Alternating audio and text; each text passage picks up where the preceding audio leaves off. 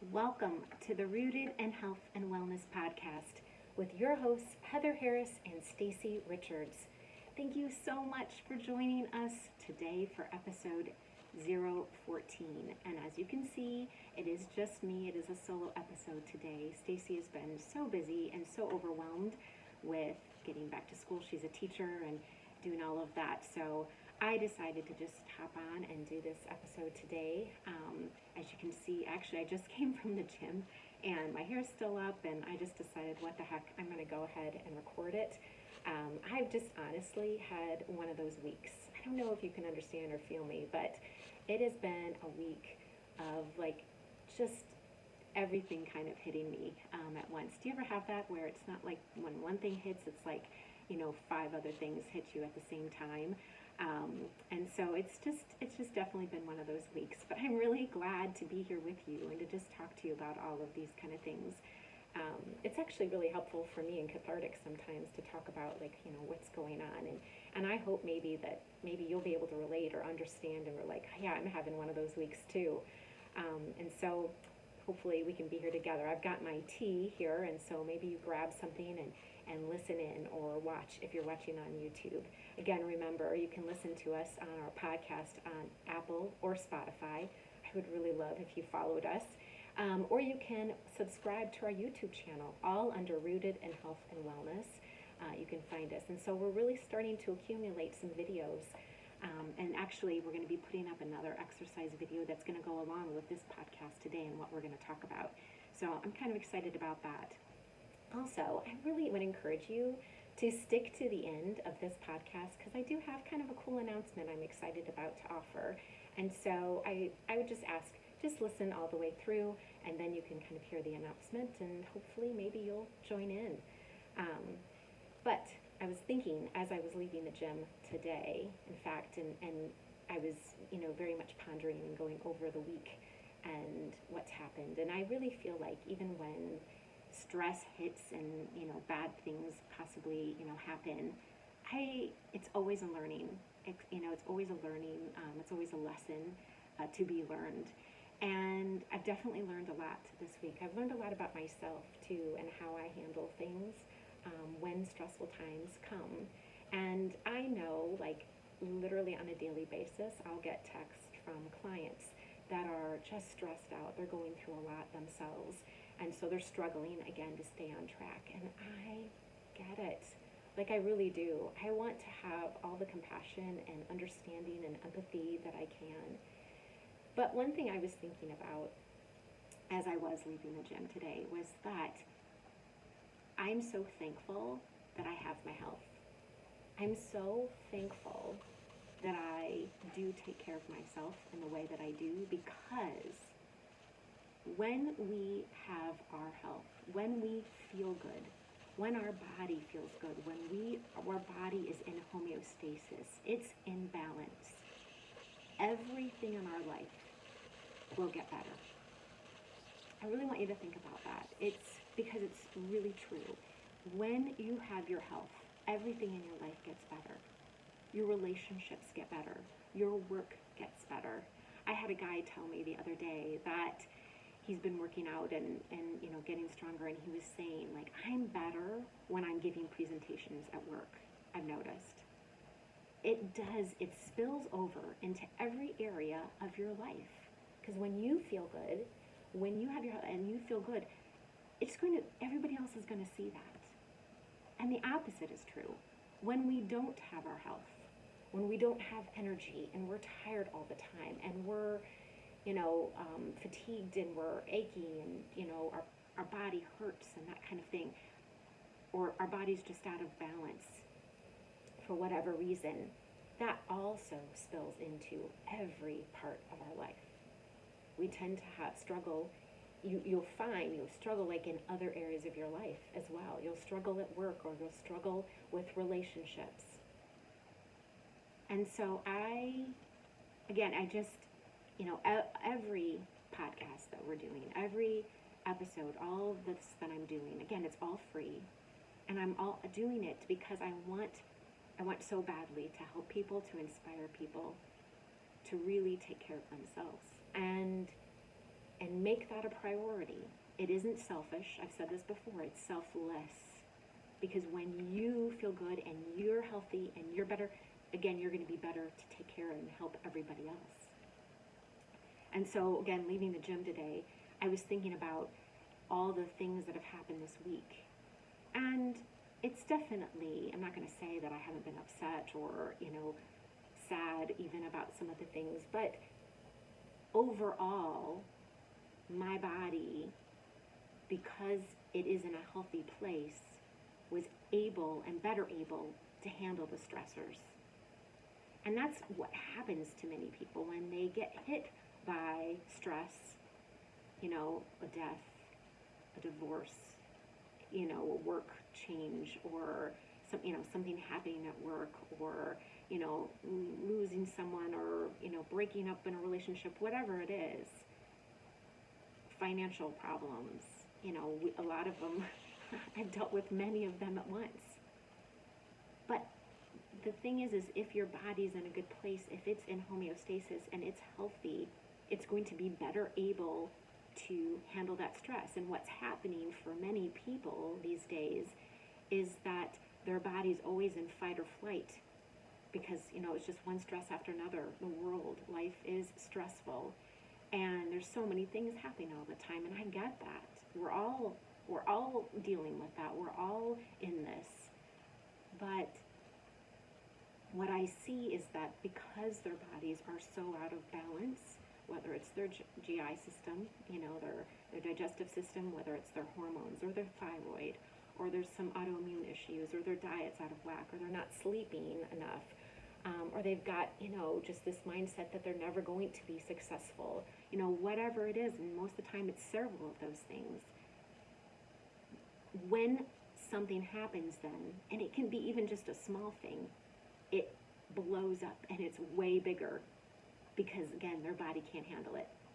And then it manifests in all different, ways. It manifests mentally, obviously, but then it can manifest physically in pain and inflammation and, body aches and fatigue.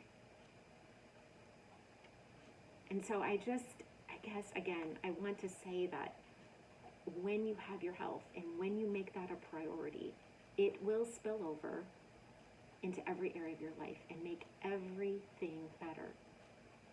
Fight me on that. Tell me it's not true. Tell me that's not true. And again, when you don't have your health, it also spills over and it makes everything more difficult. You may disagree. You may disagree with me, and that's okay.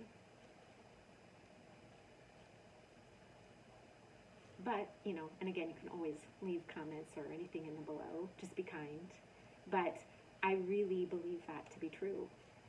And again, what really inspires me, to do what I'm doing, and really inspires me to want to help people.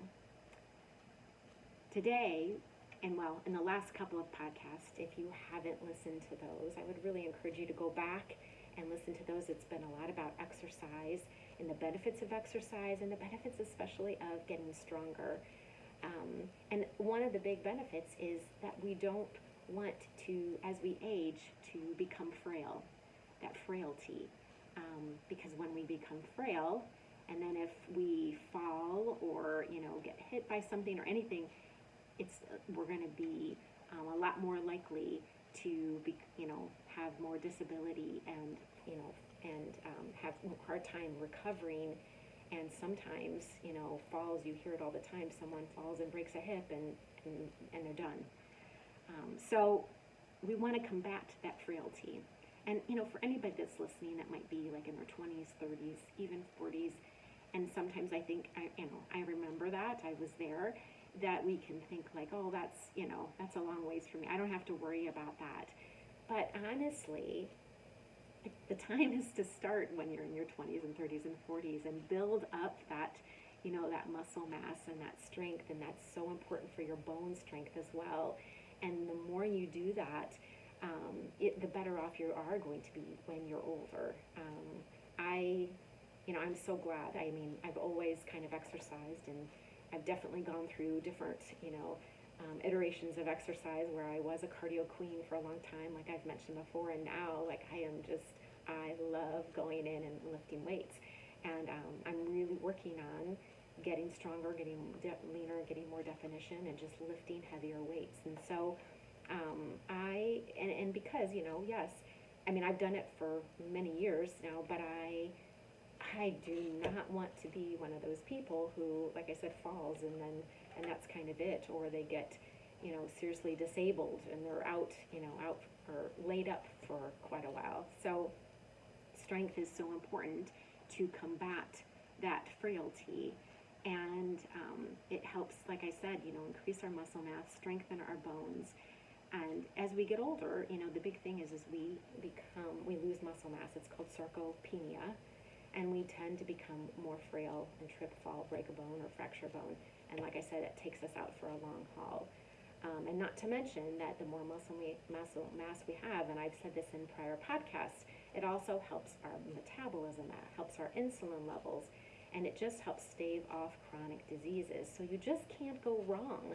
You can't go wrong with getting stronger. And again, the stronger you get, you're moving away from frailty and from that risk. I think, Stacy and I mentioned in one of the podcasts to Train with Joan. She has an Instagram account. It's called Train with Joan. Amazing. She's like in her 70s. She didn't start working out till, I don't know, it was either late 60s or early 70s. But she actually had a fall just recently, but she came out of it. It could have been a lot worse, and I can't remember, so don't quote me, but she's in a sling, but it wasn't as bad as it could have been, because she had quite the spill that it could have been had she been, not working out and not getting stronger. And she talks all about, she had a post the other day all about it, and how her husband is not working out and how frail he has become, and her concerns for him. So it doesn't mean that you get stronger, you're not going to fall. She obviously had a fall, but it does mean that you're going to be able to bounce back and recoup from it, and not be as bad off had you not been working out. So I hope that made sense. But today, what we're going to be talking about actually goes along with all of this, goes along with kind of the theme that we've been having on exercise right now. And we're going to be talking about the two biggest indicators of all-cause mortality. And those two big indicators are grip strength and getting up and down off of the floor. And actually I forgot too, I have one, but there's actually what's called a dynamometer. It's a mouthful. I always have trouble saying that, but it's called dynamometer, and it actually tests your grip strength. And in the exercise video that's going to go and accompany this, that will be out just in a few days, I'll show you that dynamometer, and I do use that with clients.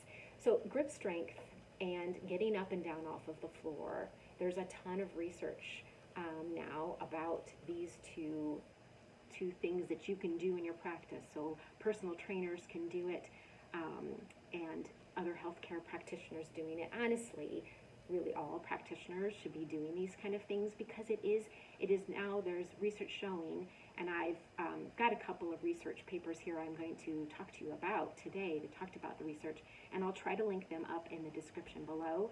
I'll try. It's not, there is a ton of research. If you look it up, you'll find a lot of research on especially grip strength, but I'm saying try because I'm still learning how to link things up.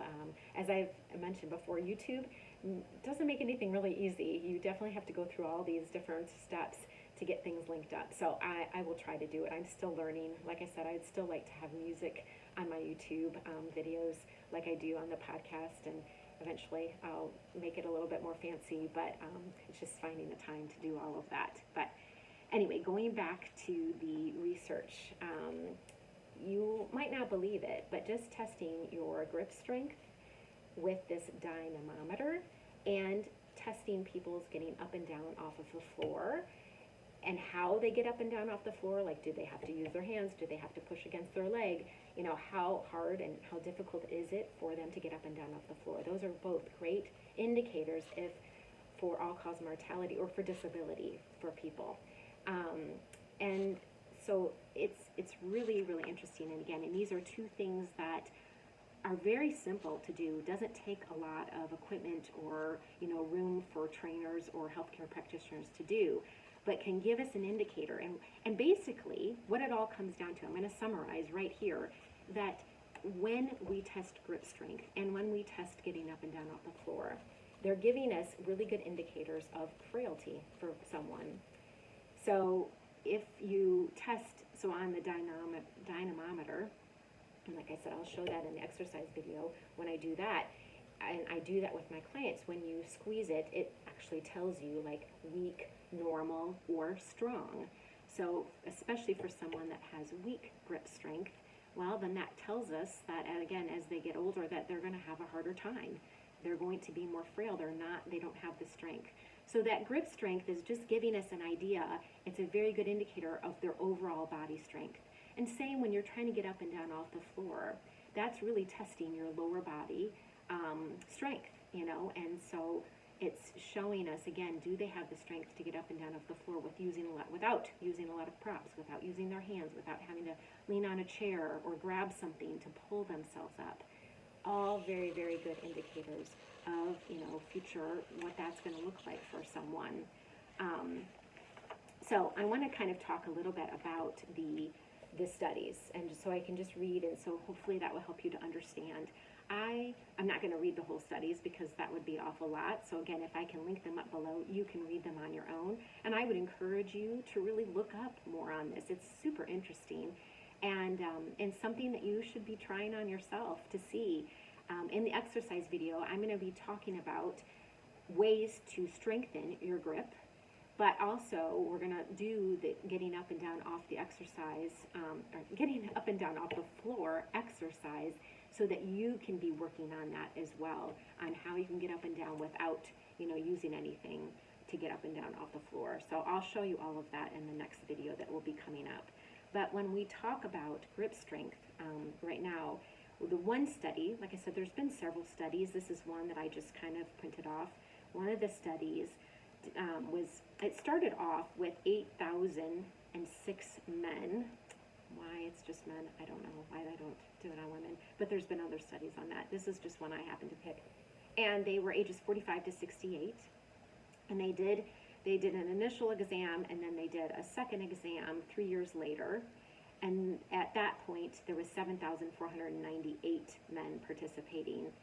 And then they did the last exam when they were 71 to 93. So they were basically looking at these men over, several years and continuing to test their grip strength. And they definitely, they limited the participants, who were healthy at baseline. So the persons who had missing data on disease status, who had diabetes, gout, arthritis, stroke, heart attack, angina pectoris, or other heart disease at the exam, or who dropped out or died between the exams 1 and 2. So they definitely weren't they were trying to get healthy people already from baseline at ages, like I said, 45 to 68. So if they had, just in order, obviously, to make the study as, in the same playing field as they, looked at them over the years, as they did these exams then, and they tested their grip strength, and they did test with a dynamometer. Basic gist of all of it then that they came up with, that those in the lowest grip strength tertile, which means in a third of the group, so a third of the group, those with the lowest grip strength had the greatest risk. Those in the middle tertile had intermediate risk compared with those in the highest tertile. So meaning those, again, with the lowest grip strength were at greatest risk, kind of self-explanatory. Those with the highest grip strength or the greatest grip strength were at least risk. Muscle strength is found to track over lifespan, so those who had higher grip strength during midlife remain stronger than others in old age. Really interesting. People with greater muscle strength during midlife are at a lower risk of becoming disabled because of their greater reserve of strength, regardless of chronic conditions that may develop. Hand grip strength has been found to correlate with strength of other muscle groups and is thus a good indicator of overall strength. Consequently, grip strength measurements could be used for early screening of populations to identify those at higher risk of physical disability related to low muscle strength. Exercise interventions aimed at improving strength in all muscle groups could potentially lower the risk of subsequent physical disability. Muscle strength can be increased substantially by physical exercise at all ages. I love this, and I wish that more practitioners in conventional medicine as well as functional medicine would be prescribing things like lifting weights. I've heard, and I think I've talked about this before, I've heard like psychologists and psychiatrists and counselors and stuff prescribing exercise more for mental health.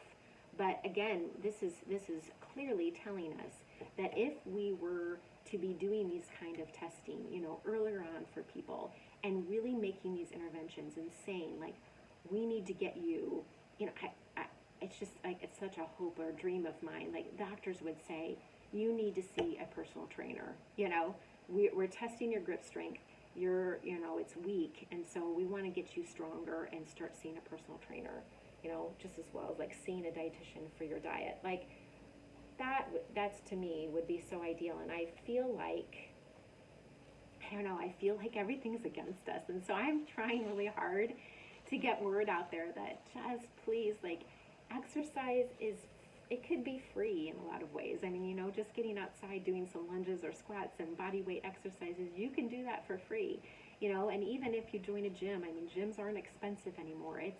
It's so easy, but yet difficult. And it's an easy thing that can be done to help your health and to help you get stronger and take care of yourself and live longer and not be frail and not have to worry about anybody taking care of you as you get older.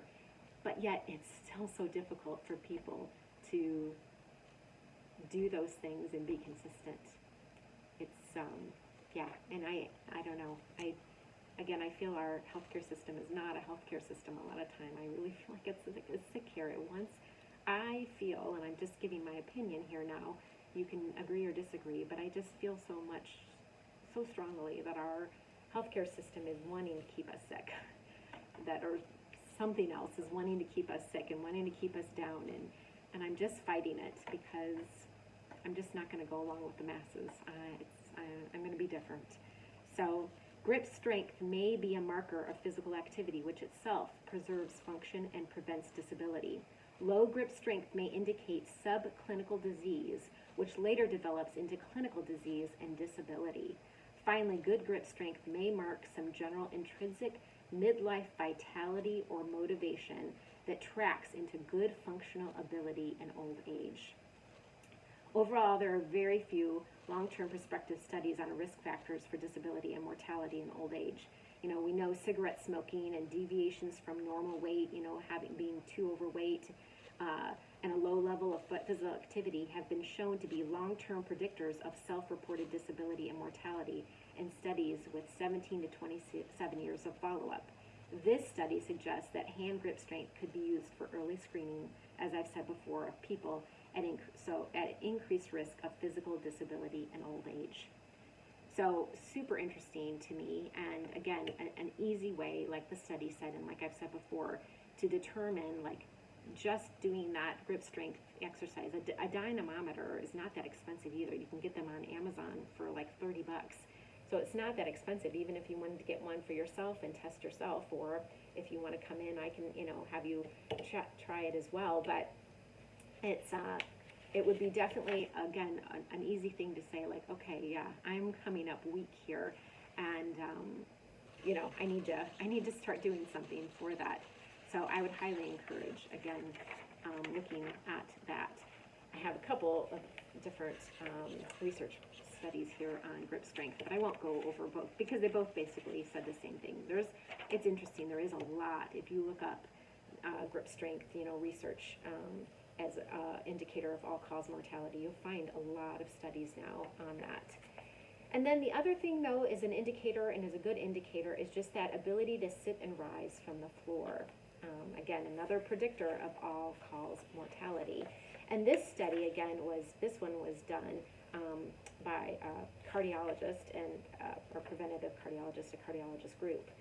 And basically talks about sitting and rising from the floor is a basic functional task required for autonomy, for us to be able to, just to be able to do things.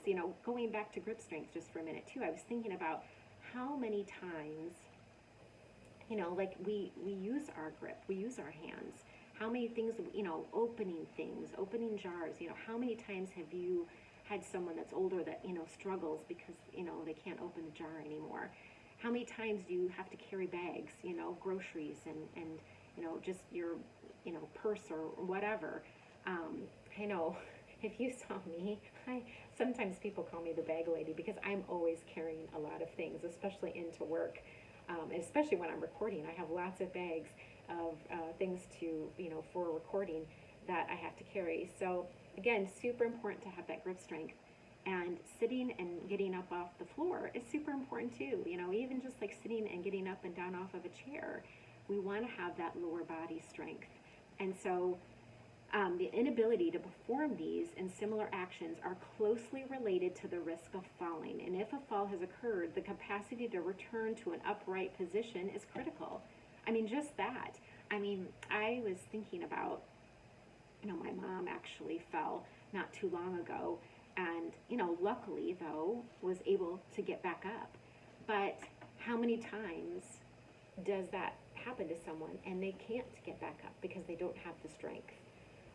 So proper levels of muscle strength, power, coordination, body composition, balance, and flexibility are required for various daily activities, and more specifically for a successful transition from standing to a sitting position as well as rising from the floor. So in this test, they called it SRT test. It's sitting rising test. And this SRT test, I'm going to just kind of call it that from now on, sitting rising test, SRT, which objectively quantifies the number of supports, like your hands or knees, needed in the presence or absence of balance stability for these actions. So in this study, it was done from 1997 to 2011, so actually not that long ago, and 2,076 subjects aged 51 to 80 were a part of it. Subjects that met any of the following criteria were excluded. So if those regularly competing in sports events, they were excluded. Presenting with any relevant musculoskeletal limitations that could affect the sitting rising test, they were excluded. Or just refusal and performing the test, they were excluded. So out of those 2,076, a final sample comprising of 2,002 individuals, both men and women, were followed from the date of the baseline examination until the date of death, or October 2011. So this SRT test assesses components of musculoskeletal fitness through evaluation of the subject's ability to sit and rise from the floor, assigning a partial score for each of the two required actions.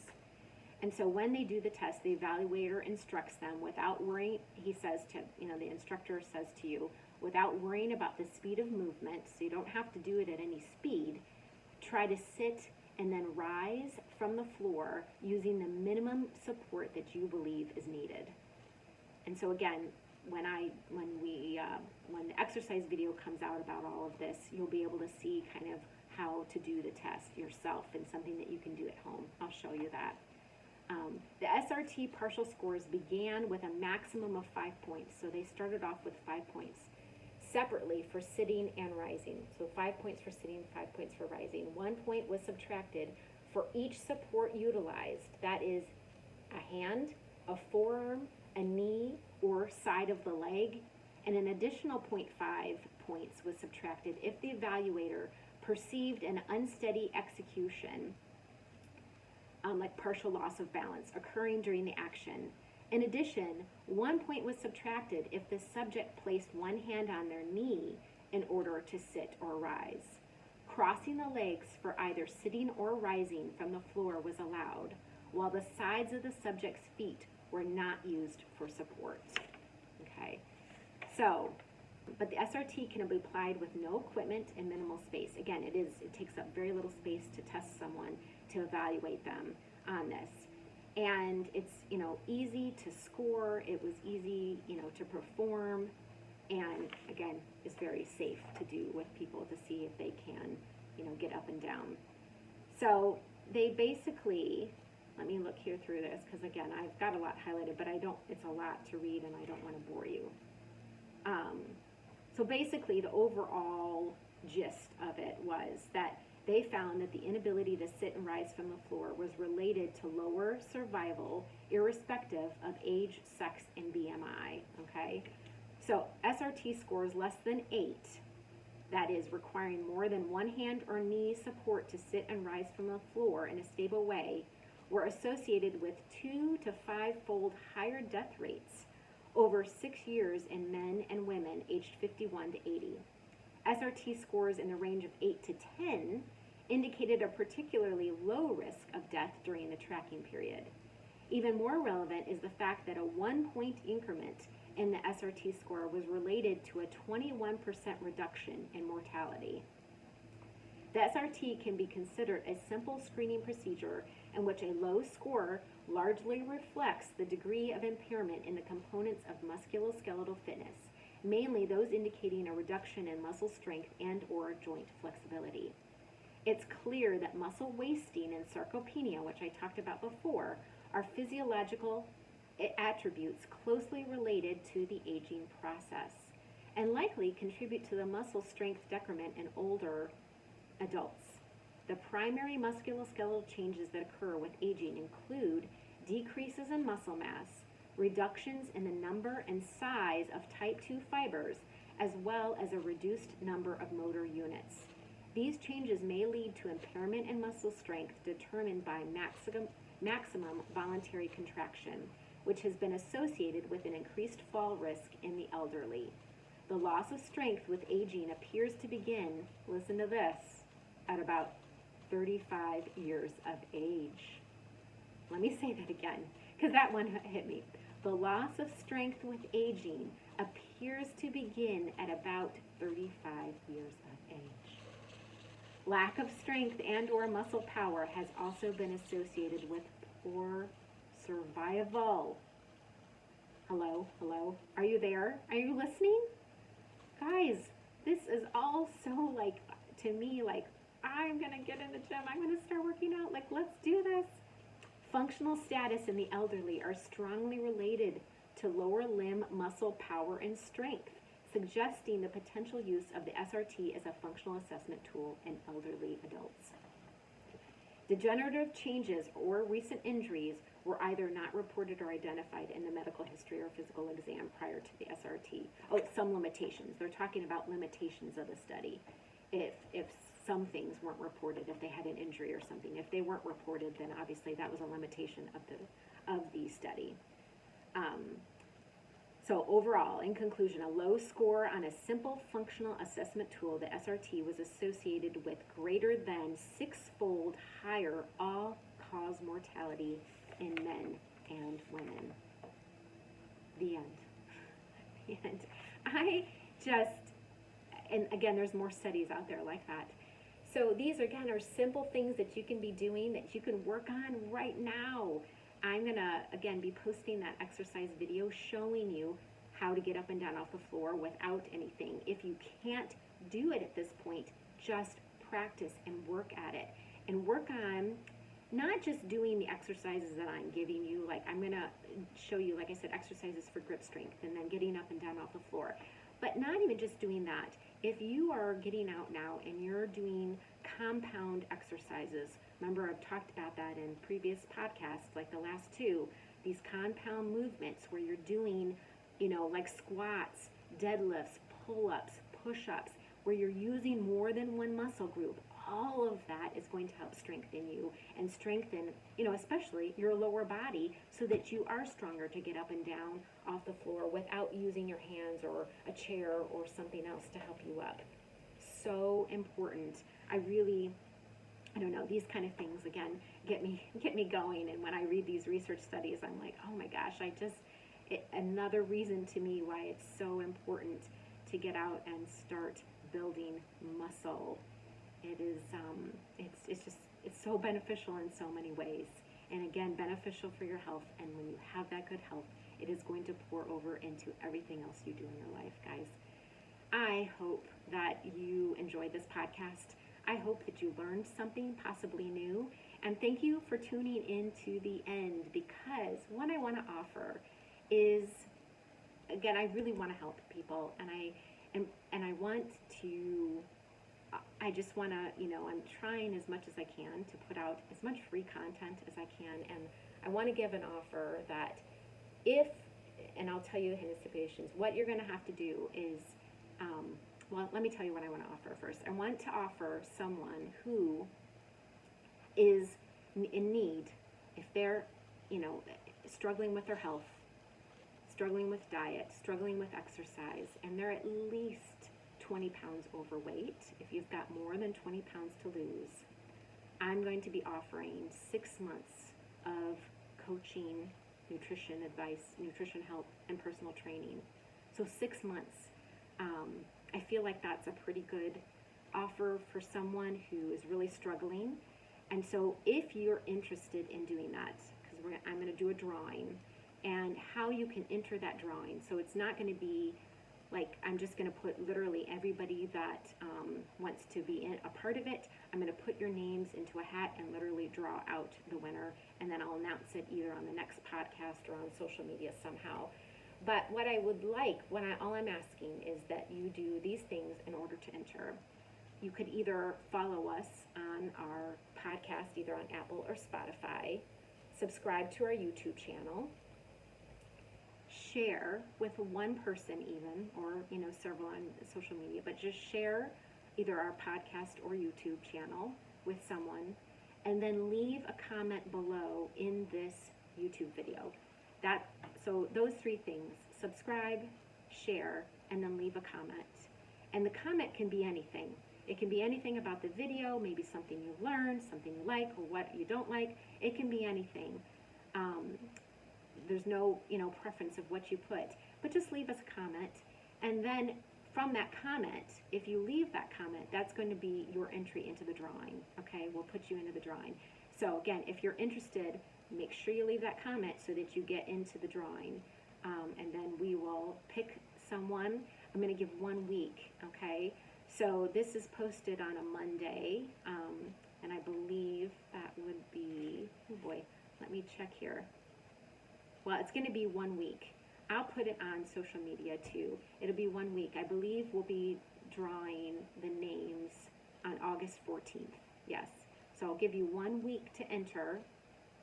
This is posted on August 7th, and I'll give you to August 14th to enter. And then we'll notify you when, whoever wins, and we can get started. And I think that'll be really cool and fun, and just, again, wanting to get it out there and help others.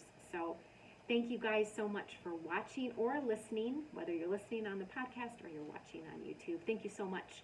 Again, we always ask, please subscribe, share with others. I just really want to get out more information and help others, and hopefully inspire people to get, healthier and to take care of themselves and know that it's okay to do that. And so I just appreciate all of your support. It really does help us out a lot when you share, when you subscribe, when you like the YouTube video if you're watching, and when you hit that notifications bell so that you don't miss any video that we post or any podcast. So again, thanks guys so much for listening, and I hope you have a great week. Take care. Bye.